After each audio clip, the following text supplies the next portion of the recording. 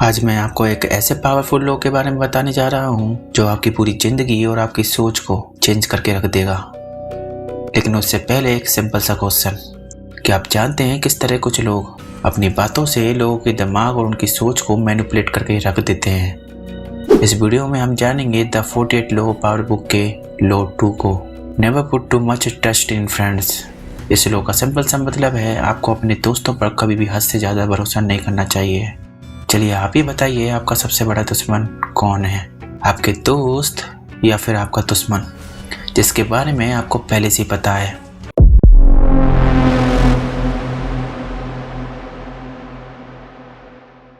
इस लॉ में Robert Greene बताते हैं इंसान का सबसे बड़ा दुश्मन कोई और नहीं उसका दोस्त ही होता है। लेकिन आपकी कामयाबी से आपके दोस्तों को बहुत जल्दी जलन होने लग जाती है। आप अपने दुश्मन से अपना बचाव कर सकते हैं क्योंकि आपको अपने दुश्मन के बारे में पहले से पता होता है, लेकिन आप अपने दोस्तों से अपना बचाव नहीं कर सकते हैं क्योंकि आपको उनके इरादों के बारे में पता भी नहीं होता। आपके दोस्त एक ऐसे सांप की तरह हैं जिसके बारे में आपको पता भी नहीं होता, लेकिन वो आपको काटेंगे जरूर। आपको अपने दोस्तों की जगह अपने दुश्मन को काम पर रखना चाहिए क्योंकि आपके दुश्मन को साबित करने के लिए बहुत कुछ करना पड़ता है। अगर आपके दुश्मन नहीं है तो उन्हें बनाइए। ये कहानी है मिड 9th सेंचुरी की, बेजेंटाइन साम्राज्य और माइकल 3 की। जब माइकल के पिता और बेजेंटाइन साम्राज्य के राजा थियोफिलस की मौत हो जाती है तो माइकल के पिता के डेथ के कुछ समय बाद ही माइकल 3 को बेजेंटाइन साम्राज्य का राजा घोषित किया जाता है। माइकल के राजा बनने से पहले बेजेंटाइन साम्राज्य को उसके चाचा बारिश ने ही संभाला था, जो बहुत ही बुद्धिमान और महत्वाकांक्षी व्यक्ति थे। अगर बारिश चाहता तो माइकल के खिलाफ जाकर पूरी सत्ता को अपने कब्जे में भी कर सकता था, लेकिन उसने ऐसा नहीं किया। उसने माइकल का ही साथ दिया। लेकिन जैसे जैसे समय गुजरता गया तो माइकल की उम्र बढ़ती गई। माइकल जब एक सही उम्र तक आया तो उसे एक सलाहकार की जरूरत थी जो उसे अच्छी और बेहतर सलाह दे सके और उसकी राज्य को संभालने में मदद कर सके। उस समय कोई भी इंसान होता तो अपने चाचा बारिश की ही सलाह लेता, लेकिन उसने ऐसा नहीं किया और माइकल को जरा भी अंदाजा नहीं था कि वो चारों तरफ से दुश्मनों से घिरा हुआ है। माइकल की यही चीज़ सबसे बड़ी भूल बनी। जब माइकल घोड़ों के अस्तबलों में दौरा कर रहा होता है तो उसी समय माइकल के ऊपर एक जंगली घोड़ा हमला कर देता है, लेकिन तभी माइकल को बेसिलियस आकर बचा लेता है। इसे देखकर राजा माइकल बहुत ही खुश होता है। उसे बेसिलियस का साहस बहुत ही पसंद आता है और वो माइकल को हॉर्स ट्रेनर से हेड ऑफ द स्टेबल बना देता है, मतलब अस्तबलों का मुखिया। और माइकल यहीं तक नहीं रुका। माइकल ने अपने दोस्त बेसिलियस को उपहारों से लाद दिया था। माइकल को पता नहीं था कि वो कितनी बड़ी गलती कर बैठा है। अब माइकल चाहता था कि बेसिलियस ही वो सलाहकार बने जिसकी उसको जरूरत है, लेकिन बेसिलियस को पॉलिटिक्स के बारे में कोई भी जानकारी नहीं थी। इसलिए माइकल ने बेसिलियस को बेजेंटाइन साम्राज्य के सबसे बेहतरीन स्कूल बिजान्टियम में पढ़ने के लिए भेज दिया। कुछ समय बाद ही बेसिलियस एक अच्छे सलाहकार के रूप में बाहर आता है। अब माइकल राज्य की छोटी से छोटी चीज़ों में बेसिलियस से ही सलाह लेता था। माइकल ने बेसिलियस को एक भाई की तरह रखा। माइकल इतना अंधा हो चुका था कि उसने अपने चाचा बारिश की भी बात नहीं मानी, जबकि बारिश बेसिलियस से हर चीज़ में बेहतरीन था। माइकल बहुत खुश था क्योंकि उसे लगता था कि उसके पास बेसिलियस जैसा दोस्त है, लेकिन ऐसा नहीं हुआ क्योंकि बेसिलियस की भूख पैसे को लेकर भी खत्म ही नहीं हुई। उसकी भूख दिन ब दिन बढ़ती जा रही थी और यही बात माइकल के लिए सबसे बड़ी प्रॉब्लम बनने वाली थी, जिसका माइकल को जरा भी अंदाजा नहीं था। माइकल के चाचा बारिश उस समय राज्य के आर्मी हेड बन चुके थे। बारिश ही एक ऐसा इंसान था जो बेसिलियस के लिए सबसे बड़ी समस्या बन सकता था। तो बेसिलियस ने माइकल के मन में बारिश के खिलाफ जहर घोलना शुरू कर दिया। बेसिलियस ने राजा माइकल को बताया किस तरह उसके चाचा बारिश उसके राज्य सिंहासन के पीछे पड़ा है, जो उसे मारना चाहता है। बेसिलियस अपनी प्लानिंग में कामयाब भी हो जाता है। वो माइकल को बारिश को मारने के लिए मना लेता है। एक दिन भीड़ में बारिश को बेसिलियस चाकू से मार देता है। अब बेसिलियस बारिश की जगह आर्मी हेड बन जाता है। अब बेसिलियस के पास पावर, ताकत और लोग सब थे जो राजा माइकल के पास नहीं था। लेकिन कुछ समय बाद बेजेंटाइन साम्राज्य में गरीबी और अकाल पड़ने लगा तो माइकल बेसिलियस से वो पैसे मांगता है जो उसने राज्य से उधार लिए थे। लेकिन चौंकाने की बात यह होती है कि बेसिलियस एक अजीब सी स्माइल के साथ माइकल 3 को मना कर देता है। माइकल बेसिलियस के स्माइल को देखकर हैरान हो जाता है। अब राजा को समझ में आ जाता है कि उसने कितने बड़े सांप को पनाह दी है। कुछ समय बाद ही माइकल शराब के नशे में धुत होता है। लेकिन तभी बेसिलियस अपने सैनिकों के साथ माइकल को चारों तरफ से घेर लेता है। जब माइकल को होश आता है तो वो अपने आप को बेसिलियस के सैनिकों से घिरा पाता है। बेसिलियस अपने चाकू से माइकल की रोंद रोंद के हत्या कर देता है और फिर बेसिलियस बेजटाइन की सड़कों पर अपने घोड़ों पर सवार हुआ। अपने भाले पर अपने सबसे अच्छे दोस्त माइकल का सर लटका देता है और अपने आप को बेजटाइन साम्राज्य का राजा घोषित कर देता है। माइकल की सबसे बड़ी गलती थी कि उसने अपने सबसे अच्छे दोस्त बेसिलियस पर आंख बंद करके भरोसा किया। माइकल को अंदाजा भी नहीं था कि उसने कितने बड़े सांप को पनाह दी है। माइकल ने बेसिलियस पर जितने बड़े बड़े एहसान किए थे, माइकल ने उन एहसानों को कभी भी बेसिलियस को याद ही नहीं दिलाया और बेसिलियस को महसूस होने लगा कि उसे ये चीजें उसकी मेहनत से मिली है।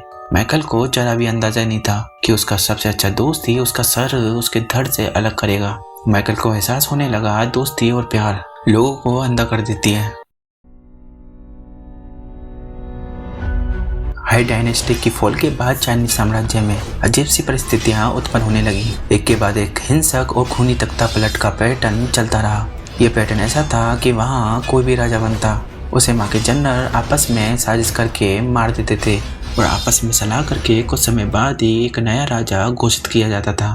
फिर वो राजा अपने बचाव के लिए बाकी कमांडरों को मार देता था और ये पैटर्न काफी सालों तक ऐसे चलता रहा। उस समय ये चाइनीज पद सबसे ज्यादा खूंखार और डेंजर था। लेकिन जब 959 में जनरल चाओ कुआंग इन सम्राट सुंग बन जाते हैं, सुंग को मालूम था कि महज 2 वर्षों के भीतर ही उसकी हत्या कर दी जाएगी। इसलिए सुंग एक योजना बनाता है। सुंग राजा बनने की खुशी में एक पार्टी आयोजित करता है और सेना के सबसे शक्तिशाली कमांडर को आमंत्रित करता है। लेकिन जब सभी लोगों ने बहुत अधिक शराब पी ली थी तो सुंग गार्ड जनरल को छोड़कर सभी लोगों को पार्टी छोड़कर जाने का आदेश देता है।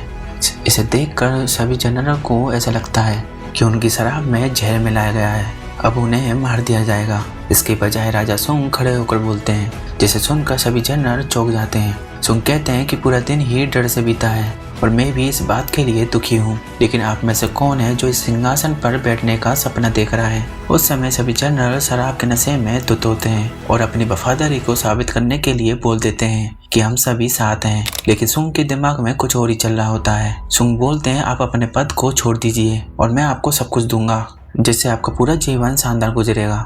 मैं आपको दौलत, सम्मान और लड़कियां सब कुछ दूंगा। सभी जनरल सोच में पड़ जाते हैं और सोचने लगते हैं कि चिंता और संघर्ष के जीवन के बजाय सुंग उन्हें धन और सुरक्षा दे रहा है। कोई और होता तो बेशक यही करता। अगले दिन ही सभी जनरल अपना पद त्याग देते हैं।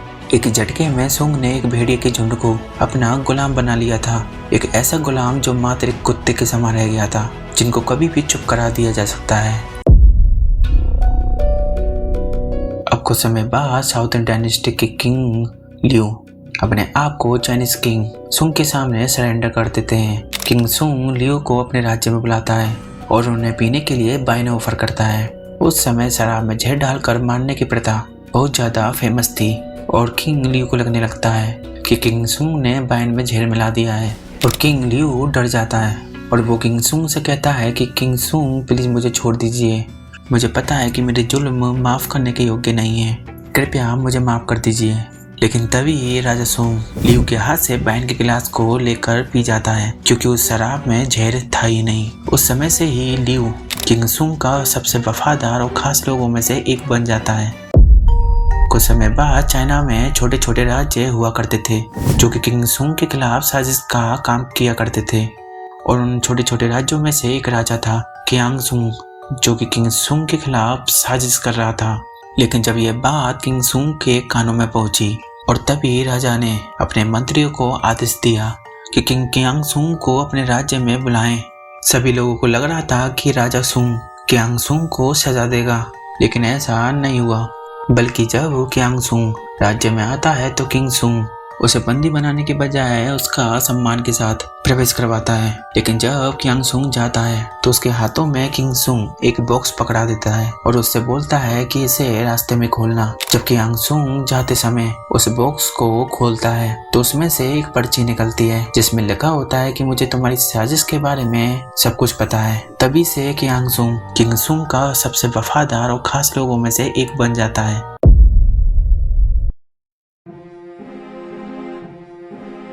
आपके दोस्त एक भेड़िए की तरह हैं, अगर आप उनको खत्म नहीं करते हो तो वो आपको अपने खूंखार जबड़े से आपको चबा डालेंगे।